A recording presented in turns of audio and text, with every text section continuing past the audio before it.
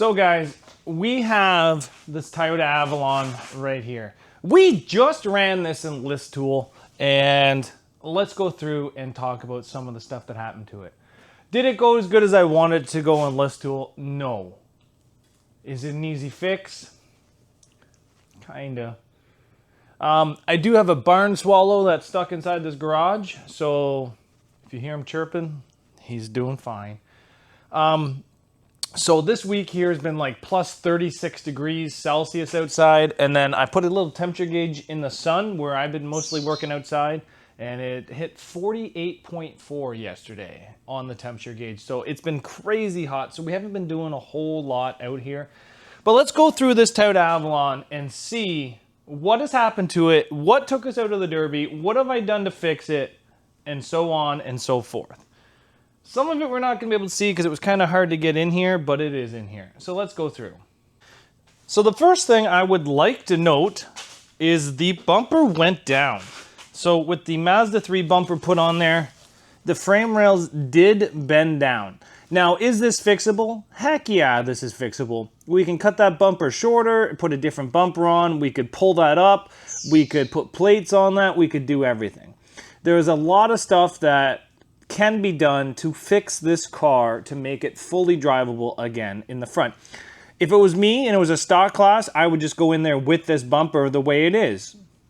I don't have an issue with that, but we'll have to see where this car gets ran and stuff like that to see what's actually going to happen to it in the future. So, next issue.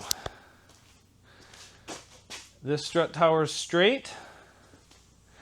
This strut tower, I believe, is bent just a bit. Not enough to screw anything up, but we didn't really even take any big shots, so I don't know what caused that. Coming to the inside, nothing went wrong on the inside of this car at all. The rear floor is still in great shape. The rear sills are in great shape. The speaker deck is in great shape. Starting to let go, but not too bad yet. There's a couple things that were in this car that I didn't really expect when I was actually building it. So yes, the driver door still opens. And during the demolition derby, I found out there was an airbag in this car that I didn't know about. So this actually went off and bruised up my leg. It's been about a week now and the bruise is still there, so that's kind of impressive. Did hurt a little bit. Let's go to the back. The back of this car kind of came in quicker than I wanted it to, but I did put a pretty big notch in it. But everything is going really good. The subframe in the back did kind of break free, but that's not too bad. Here's the main issue. Okay. So we kind of went into the back of this guy named Jimmy's car a little too aggressively, and it took this and pinched all these wires and cut these wires. So the main ones that it cut, that it shouldn't have cut, was this crank sensor wire. So now we're getting a little bit of interference through this crank sensor. The car still runs. It's not nearly as happy as it was before, but it still runs. But one of the main issues I found, we have lost power to this. I've checked all my fuses, I've checked all my grounds, I've checked everything on the inside. I don't know what has happened for us to cause power to lose to that. So the car will not come out of park, it will not turn over, it will not fire without this. So if I run power from here, which is my main positive, to this, the car will start just fine. So I think that's what we're going to do, is we're just going to run power from one to the other. And why did this happen? I'm not too sure.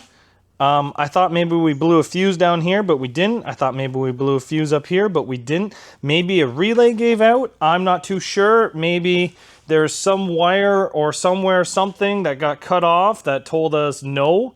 But as of right now, I have not found anything like that. So, like I said, we are going to do a little bit more investigation into this, but the car does fire up, it does run, it does stop, it does start. We just got to do a little bit of fancy things with the wiring.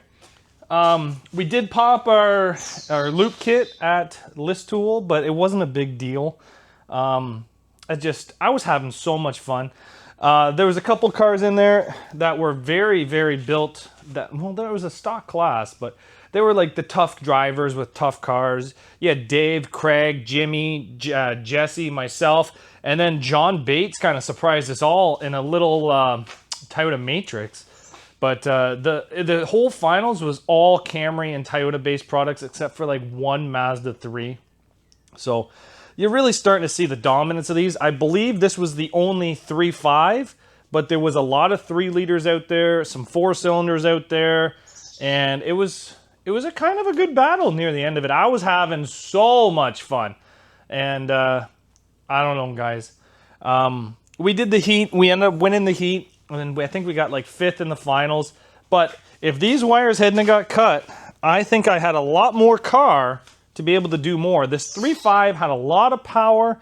I felt no issues trusting this 3.5. But when I did cut that crank sensor wire, like I said, it did shove me into park. And it would not let me turn this thing over.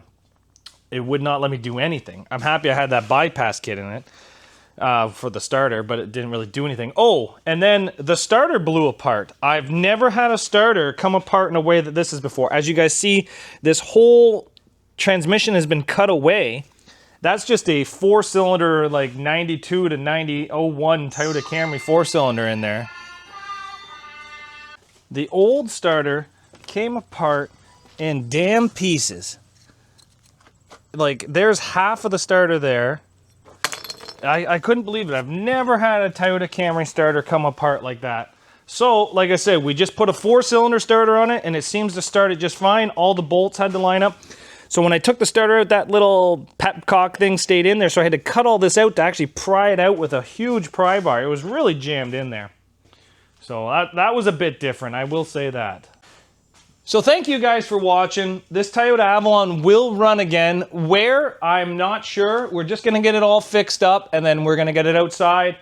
I had a great time in Listowel. If you guys don't know, the 4 cylinders, the V6s, and the V8s all run together there. It's kind of like a bone stock show that is always fun to go to. The only downside about Listowel, in the finals, if you come second, you get nothing. So we got no prize money for the finals for this thing. We did get $200 for the heat, which was nice, but Listowel's always one of those shows that I don't miss now because I really enjoy going there. I enjoy the promoters, which is the fair board. I enjoy the atmosphere. I enjoy the other competition. The track's kind of crap, but you get used to crap tracks after a while. So thanks everybody for watching, and make sure you guys like the Avalon, leave a subscription or whatever, and we'll see you back here later on Zach's Workshop.